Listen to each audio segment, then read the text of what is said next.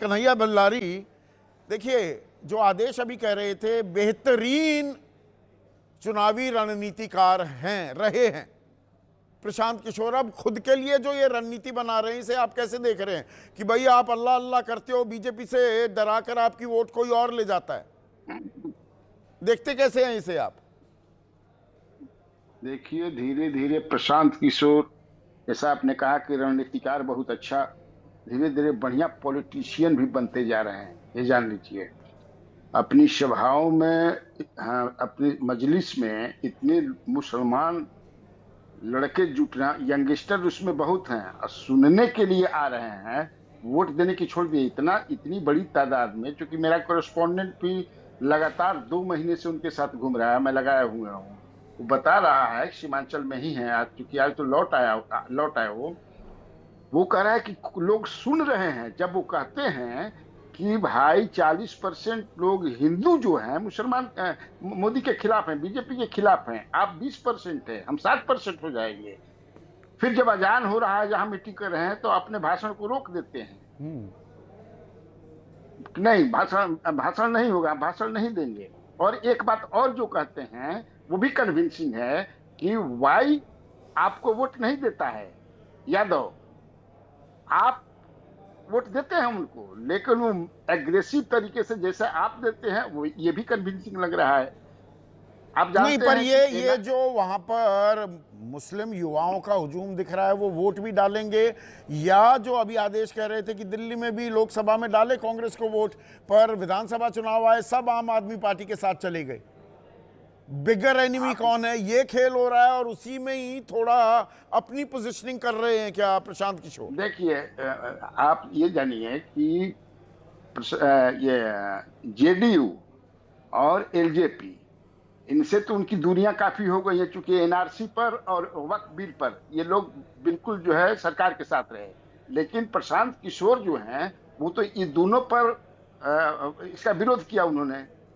और एक जो मैं बता रहा हूँ, सुनना ही कम बात समझते हैं, खड़ा होकर के भीड़ जकड़ा करके, भीड़ लगा करके सुन रहे हैं और बड़ा मतलब सीरियसली सुन रहे हैं, बतिया रहे हैं, बात कर रहे हैं प्रशांत किशोर को लेकर के और ओवैसी को लेकर के। मेरे पास जो इंफॉर्मेशन है सीमांचल का, सीमांचल में अभी भी जो है ओवैसी मजबूत हैं। मेरे पास जो इंफॉर्मेशन यहाँ पर एक सवाल पूछा है, मेरठ वासी हैं सुभाष चंद्र शर्मा कन्हैया भाई, वो कह रहे हैं पीके मुस्लिम से अपने वोट ना मांगकर गठबंधन से हटने को क्यों कह रहे हैं? अपने लिए वोट मांगे महागठबंधन को, अपने लिए कि ना महागठबंधन को मत दो। मुझे लगता है कि ये एक स्ट्रेटजी है उनकी, महागठबंधन के साथ वो हैं।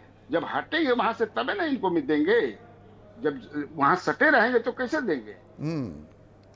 तो ये सोची समझी रणनीति आप कह रहे हैं, और अभी खेल वाइड ओपन है। ऐसा नहीं है कि मुस्लिम समाज ने पूरा मन बना लिया है। आप राइट टू रिप्लाई चाह रहे थे पवन जी, 30 सेकंड आपके लिए। सबसे पहले बहुत संक्षिप्त में, वो पार्टी जो कट्टा, रंगदारी, अपहरण, लूट के साथ आइडेंटिफाइड है, वो समाजवाद की बात करे तो कुछ अटपटा लगता है। दूसरी बात, मुझे लगता है आरजेडी, कांग्रेस, इन सब में थोड़ी घबराहट आ गई है कि जो ये वोट बैंक पॉलिटिक्स का खेल खेल रहे हैं, जिसमें सारे मुसलमान बीजेपी का डर दिला दिला करके उनके लिए वोट करें और किसी तरह सत्ता दिलाए, वो अब चल नहीं रही है। इसलिए पीके को प्लान बी ऑफ बीजेपी बता रहे हैं। और जब पीके, दिलीप जायसवाल, अशोक चौधरी, सम्राट चौधरी जो बीजेपी के शीर्ष नेतृत्व है, उनके पीछे हाथ धो के पड़े भ्रष्टाचार के लिए, तो किसको बेवकूफ बना रहा है? जहां तक कांग्रेस का सवाल है, राहुल गांधी एक माइग्रेटरी बर्ड है, एक मौसमी चिड़िया है जो बिहार कभी कभार आ जाती है।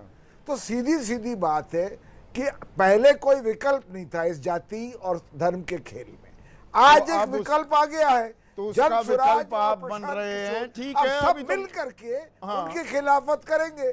ठीक है, तो देखिए अभी तो खेल दिलचस्प हो रहा है, पर ये एम फैक्टर और दिलचस्प होता जा रहा है। कन्हैया बिल्लारी कह रहे हैं कि नहीं वहाँ लोग आ रहे हैं, पर जो मुझे जानकारी मिल रही है मन बना लिया है। पर ये 18.25% वोट बैंक, इसको अलग अलग तरीके से साधने की कोशिशें लगातार जारी रहने वाली हैं क्या? वो तो रहेंगी। आज बस इतना ही।